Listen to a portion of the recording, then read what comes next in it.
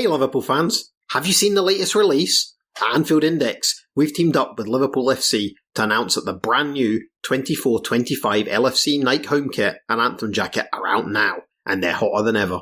The brand new kit pays homage to the legendary Rome 1984 side, featuring sleek pinstripe detailing that brings a touch of history to our modern game. Whether you're cheering from the Kop or watching from home, you'll feel the spirit of the Reds coursing through every stitch. The best part? You can grab yours today. The new kit and training range are available in official stores, online, and through the LFC store app. Don't wait, order now and be ready to show your Liverpool pride and style. Get your hands on the new 24-25 LFC home kit and anthem jacket today. Let's make this season unforgettable. You'll never walk alone. Another day is here, and you're ready for it. What to wear? Check. Breakfast, lunch, and dinner? Check. Planning for what's next and how to save for it? That's where Bank of America can help. For your financial to-dos, Bank of America has experts ready to help get you closer to your goals. Get started at one of our local financial centers or 24/7 in our mobile banking app. Find a location near you at bankofamerica.com/talktous. What would you like the power to do? Mobile banking requires downloading the app and is only available for select devices. Message and data rates may apply. Bank of America N.A., member FDIC. Thanks for choosing this free Anfield Index podcast. If you'd prefer to listen to this or any of our other shows without adverts, then now's the time to check out Anfield Index Pro. With AI Pro, you can supercharge your entire listening experience. You'll not only get all of our podcasts without the ads, but you'll have them far faster with our quick publish feature available exclusively for subscribers. AI Pro also puts you in the heart of our sound studio, with an option to listen to many of our shows live and interact with the podcasters in real time as the shows are recording. Upgrading couldn't be easier. AI Pro is available on all popular podcast platforms, and we have our own apps for Apple and Android. Just head on over to AnfieldIndexPro.com and get started today. Hello and welcome to your final post-match Raw of the season on Anfield Index Pro, podcasting to you from my sunny field here in beautiful rural Ireland. I'm Trev Downey, and joining me to give their reactions to Liverpool 2, Wolves 0 in the final Jurgen Klopp Premier League game and Liverpool game from Anfield are Dave Hendrick and Jim Boardman. Dave, I have my usual extensive notes for the game. The game seems almost irrelevant to talk about in detail, which is annoying me no end now that I've got all these notes. But we've just seen something which is, to be fair, very unprecedented. We've seen a manager leave Liverpool to spectacular acclaim, and I think everyone would agree, much warranted acclaim. And I have the happy news of reporting, my friend, that it wasn't as, potentially cringe-inducing or anything like that as some people were worried about. Certainly wasn't as tearful either as some people were worried about, mainly because the man himself really kept it together well. So it was actually quite an edifying experience, all of that there that we've just witnessed, eh? It was. I mean, look, the game was kind of irrelevant. Neither team had anything to play for. And for large portions, it just felt like people going through the paces just to see out the season. We all knew what today was about, and today was about what happened after the final whistle. And I'm not a big fan of Carragher. I don't agree with much of what he has to say, but I thought one thing he said today that kind of summed up Jurgen Klopp was, this is a guy who's been managing now for 23 years. He's only managed 3 clubs. And he's left them all on his own terms. And he's adored by all 3. Like, he is an icon at Mainz. He is an icon at Dortmund. And now he is an icon at Liverpool. Yeah. And there's very few guys in history that will ever be able to say that. Others will have more success.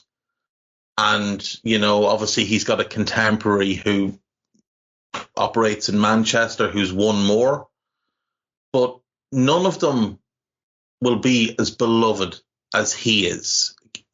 Guardiola will never have that, because those clubs, that club in particular, just doesn't summon the same type of gravitas. Like, Sky today showed 3 games. The City game for obvious reasons, the Arsenal game because if City messed up, Arsenal could win the league, and they showed the Liverpool game. And people were asking, well, why are they showing Liverpool?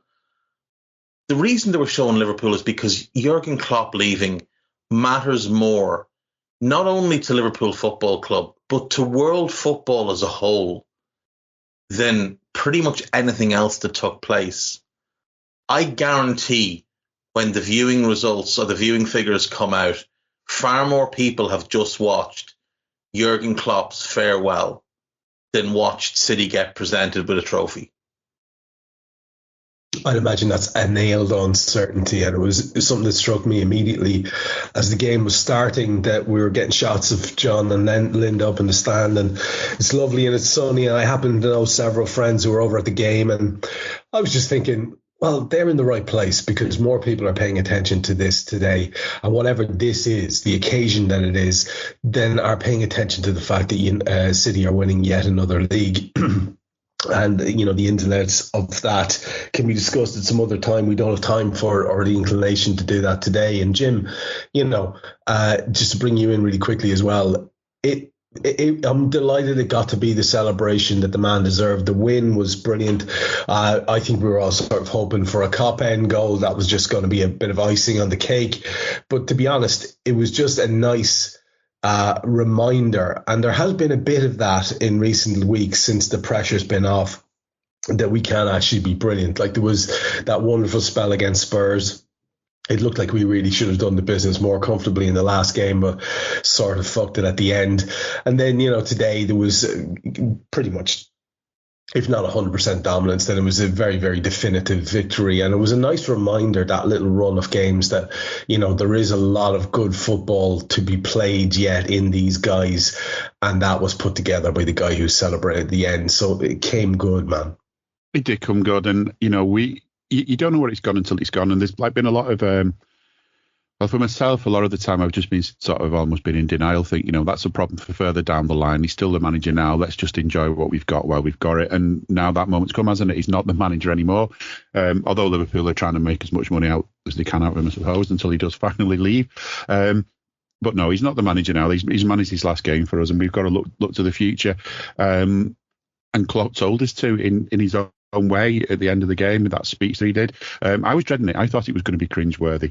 But as he said today, he saw a team today that, he's leaving us with something good. He didn't say it that way because he wouldn't, but he is. He's leaving us with a great team to take into next season, something for the next manager to work on.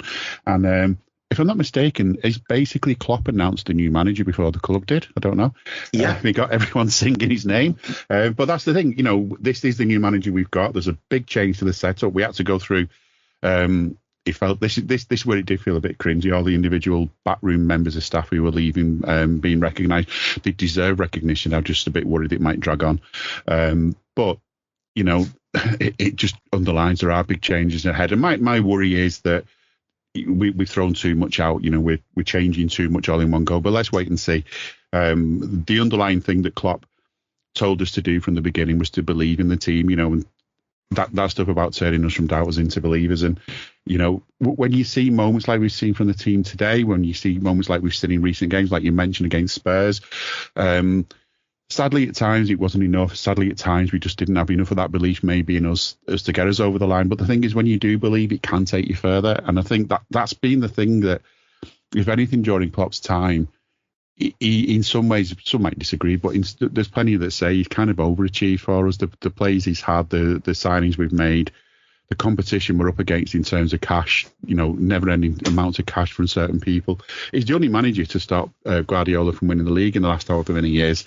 But belief is a massive thing, and he gave us that. He gave us so much more. He's not, we can make all the comparisons we want, but to me, he's given us back the club that we had, that we used to have, that we lost. We lost a long time ago. We lost maybe even when Kenny left. And he's brought us that back. We've nearly had it back in the past, but to me, he's brought us that back. Okay, we've not got all of those titles and things, but we've got that belief and that, I don't know, just that approach to being the way we are.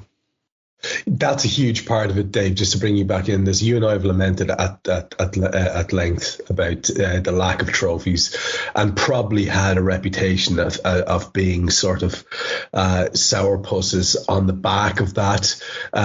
It's something that I wear quite easily and doesn't annoy me, because it's something I think I find it's one of my most powerfully held beliefs that there should have been more trophies, but Jim alludes there to the culture change that has happened under Klopp, and that's something that I've spoken about at length as well. I know you have. This was Shankly-esque in terms of the turnaround, in terms of him being this lightning rod, this talismanic character, this guy who can get absurd amounts of belief back into the fans. We need to remember how things had been. They were very fragile. They had been through a bad spell. We had the whole thing with the original American owners and how pear-shaped that went. We then had the Hodgson years. We had the Rodgers spell that some people tried to buy into. We had the miracle man that was Suarez that almost single-handedly got us to a Premier League. And then the fall off from that was so bad that it was almost worse that we had been so close, if you understand what I mean. It was just really, really low when he arrived. There was a real despondency and a squad that was bereft of good footballers. And slowly but surely, and including using those, let's say, not quite Liverpool standard footballers, he started to turn things around. He is this guy who I can only think of one other figure in modern football management that compares in terms of the charisma of the man himself. I saw Alex Ferguson win a league title for United at the end of his career just by the force of his own fucking will, because that squad wasn't good enough. Jurgen Klopp almost got that level for Liverpool. He certainly did get it a few times, and I think if he had managed it a few times more, then there'd be no questioning his role as probably our best ever manager. What he did around everything else was huge. Around the stuff that happens on the pitch was huge.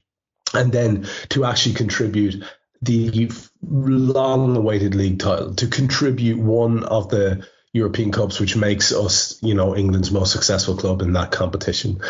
These are things that will ultimately count for Jurgen Klopp, as well as what Jim just said there in a far simpler way than I've been rabbiting on about here. He gave us our club back, man. That's what he did. Yeah, 100%. And I mean, you look back at the history of the club and something all three of us are quite well versed in. And you look back to the beginning of the Bill Shankly era and what that must have been like for the local fans to have this incredibly charismatic leader of men walk through the door and immediately start to, imprint on the club. And when he left, the club he left behind was unrecognisable from the club that he'd inherited. And obviously so much of Shankly's legacy is also what happened under Paisley, because Paisley had been his number two. They were building off the foundations that Shankly had put in place, both, real foundations in terms of fixing the stadium and things like that, as well as, the methodology, the practices, the standards. And it was Bill Shankly that said Liverpool Football Club exists to win trophies. And that was true through Shankly, through Fagan, and then through Kenny. And then we lost our way. And, the mindset in the 70s and 80s was that if Liverpool don't win a league title or a European Cup, it's a bad season. And we then went from when Kenny left all the way through to when Rafa arrived, by those standards, having bad seasons. Now, I think we'd all agree that the treble season under Houllier counts as a good season, but really and truly then that's still 15 years we've gone through of bad seasons, bar that one under Houllier before Rafa wins the European Cup. And you thought at the time this is the start of something, but it wasn't. It was to be a false dawn in terms of really re-establishing ourselves, because we never really caught hold of United. We never caught hold of Chelsea domestically. And we all suffered through the dark days of Hodgson and how horrendous that was. We all remember the club coming apart at the seams pre-Hodgson's arrival, when Benitez was openly declaring war on these managers, these owners rather. And, there was obviously the huge groundswell of people who saw what was happening to our club under Hicks and Gillette, saw what was being done, and stood up against it. But weirdly, at that time, there were people that were pro Hicks and Gillette, and there was physical altercations taking place in the stadium between fans on, pro Hicks and Gillette, anti Hicks and Gillette. It was the weirdest thing, and it was horrendous. And anyone that was going to games in from, say, 07 right up until they left, there was a weird tension constantly within the ground because people were falling out with their friends over the football club. There were people who weren't happy that if you shouldn't be protesting inside the ground. Inside the ground, exactly. That distracts from what's going on. But and I can get everyone was conflicted. I think as you look back now, though, you realise that it was you needed to win that battle, and we won that battle. But we've had many more battles still, and we've still got battles which are in a different form now, aren't they? But yeah, you if you're together as a fan base, you get so much further, don't you? That's the thing, and like we've obviously, Hicks and our FSG took over, and you do have quite a sizable FSG out contingent that exists really only on the internet. None of them really turn up to the games. But, we went through Hodgson. We went through a period under Kenny. We had a really good half season. Then we had a weird year where we won a cup, got to the final, but were dreadful in the league. And then Rodgers arrived. And when Rodgers arrived, it felt hugely underwhelming to go from Kenny, because he was Kenny, not what he was as a manager, but who he was in terms of the club, to this fella from Swansea. And, he came in, I think he rubbed some people up the wrong way with how he spoke and how confident he seemed. But at the same time, he's a new manager. The way we always are is we want to give him a chance. There were even people that gave Hodgson a chance. So, like, we always do start off positive and then we'll shift. But we suffered through, the post-Suarez time under Rodgers. And I was just thinking the other day, 9 years ago, going into this final weekend, we were getting ready to say goodbye to Steven Gerrard, who's one of the greatest players, obviously, the club has ever seen. We were being badly managed, and we were about to get absolutely pumped by Stoke. And that's where we were 9 years ago. We were going to Stoke to lose 6-1, to say goodbye to Steven Gerrard. I'm thinking, where the fuck are we going as a club? Like, there doesn't seem to be a way out of this. Who's going to come in? If they do sack Rodgers now, who's going to come in? Because Klopp had said he was going to take a year off. So the expectation was, well, he's gone, so it won't be him. Who else is out there? Like, you start looking around, you're trying to talk yourself into maybe Villas-Boas or whoever, and they keep Rodgers beyond the summer, almost as if they had a plan in place, almost as if they'd had a chat with a certain fella and he'd said, look, just give me a couple of months and let me recover from what I've just, from the 9 years I've had at Dortmund, or 7 years at Dortmund. Let me recover. And when he came in, buy Bobby Firmino while you can. I think he's as well. But get me this fella that I want. Yeah. And it's a mad thing. Like, when you look at this, you mentioned the squad that he inherited, and only 4 of them played a real part in us doing anything. And 2 of them arrived the summer before him. They were only at the club a matter of months. Milner and Bobby, obviously. 3 of them, sorry, Milner, Bobby, and Gomez. And Henderson was the only one that predated that. And everything else had to change. Everything else, on the playing staff, on the coaching staff. He changed the medical staff. He changed everything about the club. I don't need a VPN. I've got nothing to hide. This is what I used to tell myself before I hooked up with LibertyShield.com. Not only is my home internet now fully encrypted, but I can now access all the websites I want, whenever I want, and do so from absolutely anywhere. As a Liverpool fan, I love to know I can now watch every match, regardless of whether it's on UK TV or not. My Liberty Shield VPN makes sure nothing is blocked and guarantees me super fast streaming speed throughout that match. You can get connected right now with their software package, which includes a 48-hour no-obligation free trial and instant access to their apps for Apple, Android, Fire TV, PC, Mac and Android TV. Or go a step further like I have and get one of their pre-configured VPN routers. These small but powerful devices allow you to easily connect every device in your home to VPN, making it the perfect solution for smart TVs, Mac boxes and games consoles. Visit LibertyShield.com today and use coupon code AIVPN25 to get 25% off at checkout. And to be fair as well, at the time, just to show remind people of what was happening at the time, the other big name that was in the running, at least theoretically, was Carlo Ancelotti. And I think you've probably got three fellas here who are massive fans of Carlo Ancelotti and what he was as a player and a manager and all the rest of it. But Carlo is like a form of a Guardiola type manager. You bring Carlo into a good situation and he'll ensure you have to win. He makes the final twists and turns and gets you over the line, but he's not a builder. The Fabio Capello type as well. And to be fair, you know, that wasn't what was needed. What we needed, and we didn't realize, even though some people were very knowledgeable about Klopp and knew what he'd done and all the rest of it, and knew a lot about the man. But I think even his biggest fans at that point could not have foreseen what happened when he came to Liverpool, how instant it was, hand in glove. It was remarkable. I was at the press conference when Rodgers joined. Thankfully, I wasn't at the one when Hodgson joined, because the things I was shouting at the telly that day wouldn't have gone down well in a press conference room.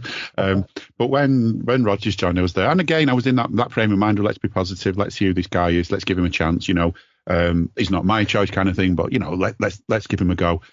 See what works out. Have some belief, you know, as Klopp's mentioned today, have some belief. Didn't work out. When Klopp came in, I didn't need to make myself do any believing. It just felt, and it's hard, I've tried to write about it recently, it's hard to put into words how because people say this all the time, don't you, that you just knew it was the one. You know, I mean, it's like talking like a love affair almost here, but I just knew he was the one. And when he said that line in the press conference about winning us something within the first few years, winning a title, I wondered, did he just mean like a title as in, you know, it might just be the League Cup? And I thought, no, he didn't. He meant the league title. He knew that's what we needed. And he did it. Now, whether he knew he would do it or not is another matter. But what I felt was that he knew we needed him to do it. He knew that we needed to be able to believe in him being able to do it. And I just think from that day on, he was the right man for the club. And the hardest job anyone's got is trying to replace someone like him. We'll see. But, you know, there's a hell of a lot for the next guy to live up to. And it's not just on the pitch, though. It's all the other stuff. And a lot of the stuff you hear about Shankly, it's not about the stuff on the pitch, is it? You think about all the anecdotes about Will Shankly, hardly anything's about the football. Yeah, it's the human connection. Like, there's that famous clip of the BBC reporter walking around the streets of Liverpool asking people for their immediate reactions because it's Tony Wilson of Granada Reports. So that's what it was. And like, people aren't just like, it's not just a thing like that they're upset. Like, those people were devastated. It's death in the family stuff. Yeah, 100% it is. That's like, it's like being told that your grandfather's died. Yeah, that's what it was like. There was people like there's that young girl who's like, you're lying. She refused to believe it. Like, you're lying. There's no way. And like, you've seen as well. Klopp is the same way. He is the same way. And another thing that highlights it is you've seen coming to the fore the letters, the individually written or like typed up by a secretary, but in the words of Shankly and signed by Shankly to individual fans who wrote to him. Just not even about the football, just little points of interest. He would go out of his way to respond to people individually. He really bought into that whole thing about, you know, these guys are lucky to play for you, and he made the people feel important. Famously, he made the people happy. And if you can say anything that is a point of comparison between these two guys, Dave, that's it. This is what Jurgen Klopp has done. Look at everybody's reaction. 100%. And again, not to give him too much praise because he's still Jamie Carragher, but another thing Carragher nailed today was that what Jurgen did was he made Liverpool fans believe that it doesn't actually matter what anyone else thinks because they're irrelevant. the only thing that matters is Liverpool and its fans. Nobody else matters. That's the way the city thinks. That's exactly how Liverpool as a city thinks. Yeah. Fuck everyone else. As long as we look after ourselves and each other, we look after each other within ourselves, and we look after other people, but we don't give a shit what anyone else thinks, because we're going to do what we think's right for us. Well, Jim, as a local, can I ask you, because I saw a tweet by Simon Brunish, and he was just saying, like, what other club in the world would have live television coverage being broadcast to so many people of, backroom staff getting presented, especially when you consider what's happening elsewhere? What other club in the world? And my initial reaction was, I'm not going to check Simon's replies, because I guarantee you it'll be full of absolute haters and gobshites from rival clubs coming out saying, well, he's, whatever. All the cliches will come out. But I would imagine, again, speaking to you as a fella who's very close to the city, that all that does is make you go, fucking right. That's exactly right. That, like you just said, that's the difference between this club, these people, and anyone you care to compare them to, because and it can be done, as you saw today, without an excess of mawkish sentimentality. It can be done as a bit of crack, and just a genuine celebration. Yeah, it probably went on a bit too long today, but I really respect the fact that he wanted to give everyone that he respects their moment in the sun. Do you know what I mean? That's his decision. And I think my reaction to what I saw to Simon's tweet was, I just felt like standing up on top of a table and giving everyone the fingers. I'd imagine that's pretty much where you'd be with it too, right? That's the quality you were just describing.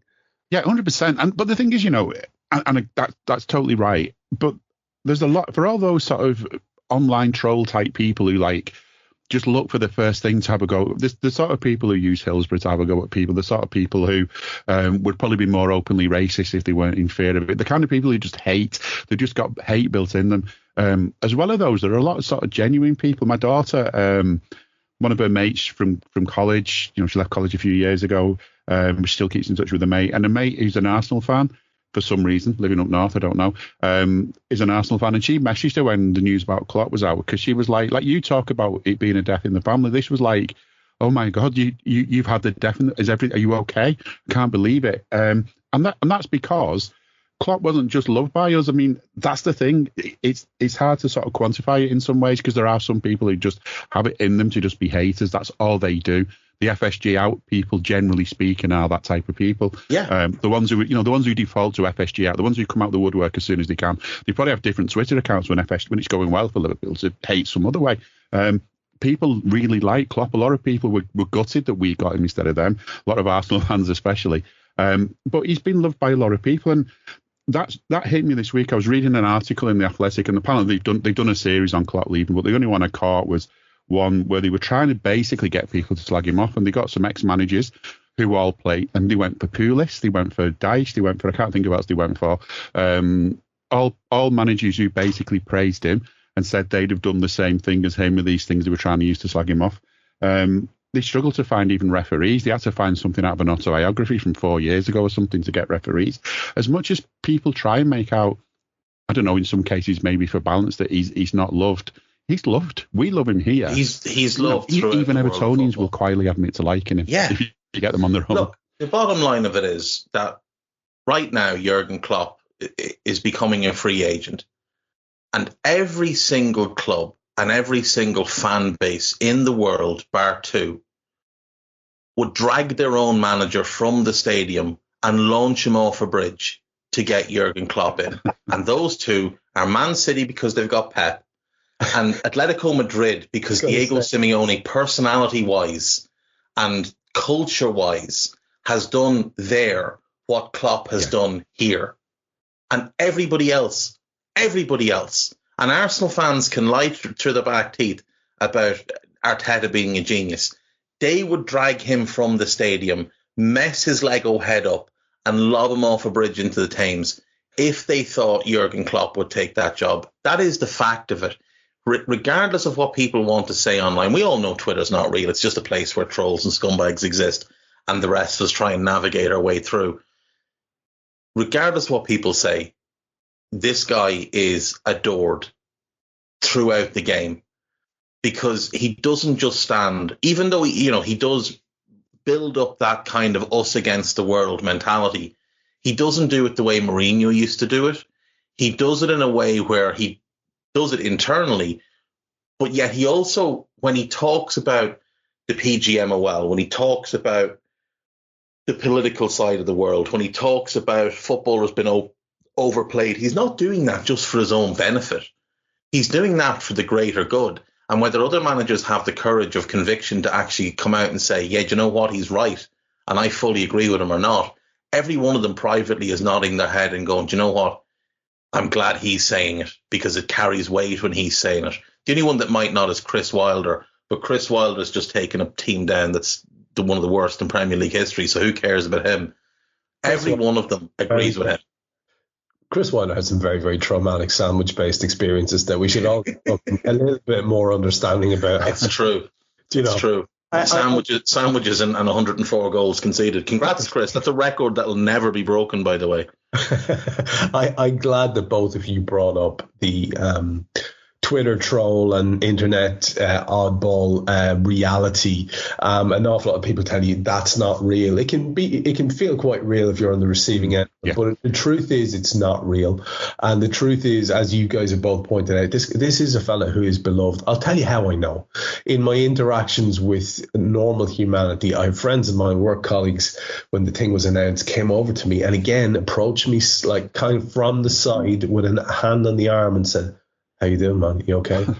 And, today I've had several messages from people, aunts, in-laws, different thing like that. Just genuinely, are you all right? Are you all right? Are you going to be able to watch the Klopp thing? Genuinely thinking, they make that association between me and this guy here, and they know how important this guy is because every fucker knows who Jurgen Klopp is. Everyone. Whether they're into football or not, they know who Jurgen Klopp is. And the vast, overwhelming majority of them like him because he is a good lad.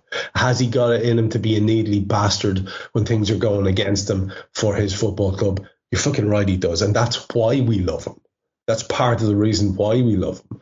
Obviously that's when the tribalism starts to kick in football, and you have this weird internet narrative where Jurgen Klopp is a nasty man. But that's where the internet is not real. And I just think I'm sure each and every one of us, I'm sure both of you lads have had those experiences either today or on the time when the news broke of that kind of genuine concern for your well-being, like, how you doing today? Are you okay? Mm. I mean, like, people not knowing if I was going to be all right. It's remarkable. And I'm very aware that as someone who's supposed to be hosting this show, I should probably be a little bit more, I don't know, sentimental and emotional and all that I'm currently feeling. And maybe a different iteration of me in the past would have been, but I don't know what it is. I'm a bit like Jurgen today.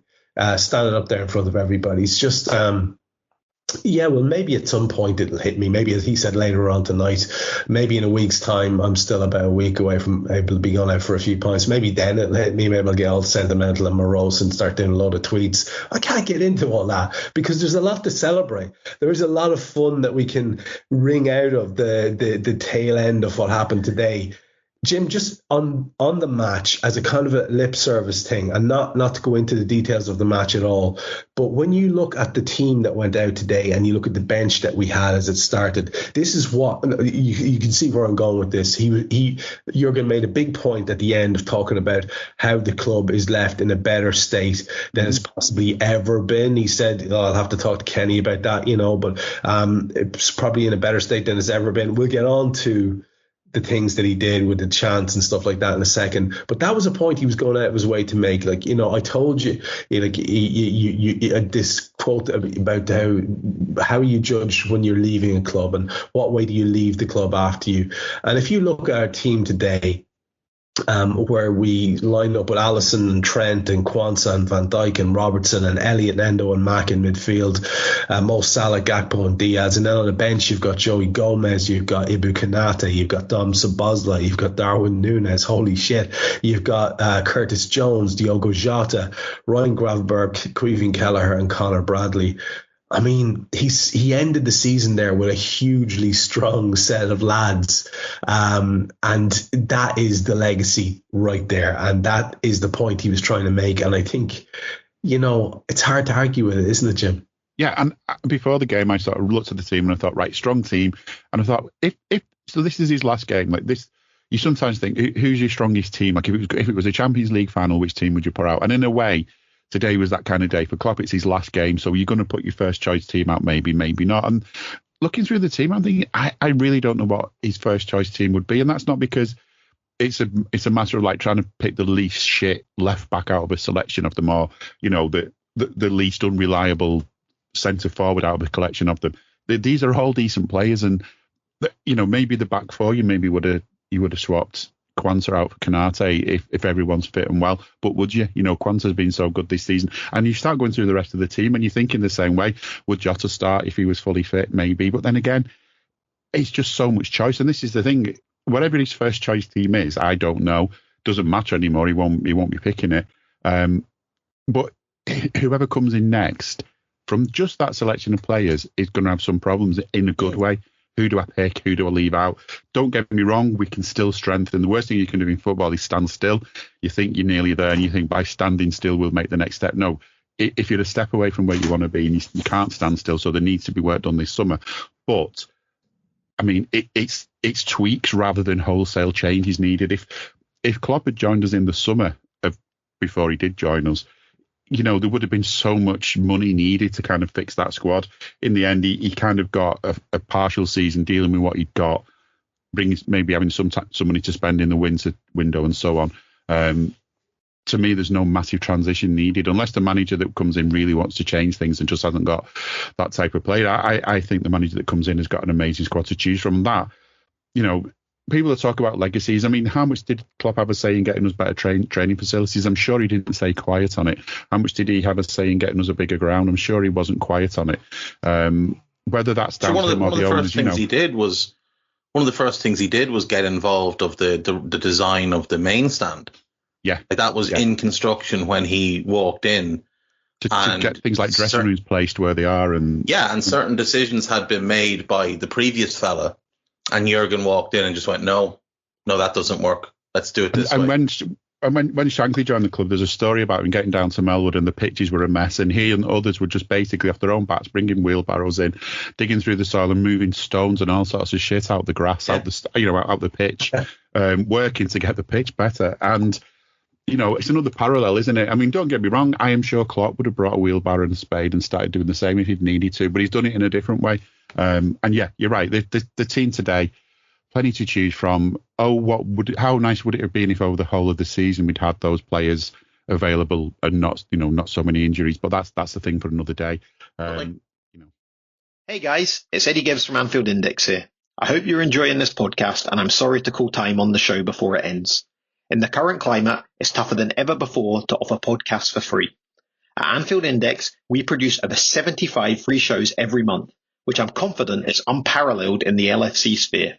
Whilst we'd love to offer everything for free, the production costs now make this impossible. That said, we don't want to follow the model of other channels and lock all of our content behind a paywall. So what we've decided to do is to continue offering every show for free, but cut that offering to 30 minutes on our longer shows. So to get all of our shows in full and enjoy the best of everything we have to offer, we really hope you'll consider supporting the channel and signing up at AnfieldIndexPro.com. For about the price of one cup of coffee, you'll get every podcast in full with 0 ads. You'll also get access to our LFC VIP community, where you can enjoy live podcasts, engage with our podcasters, and chat with other Reds in real time. So that website again, AnfieldIndexPro.com. Join today. Sports Social Podcast Network.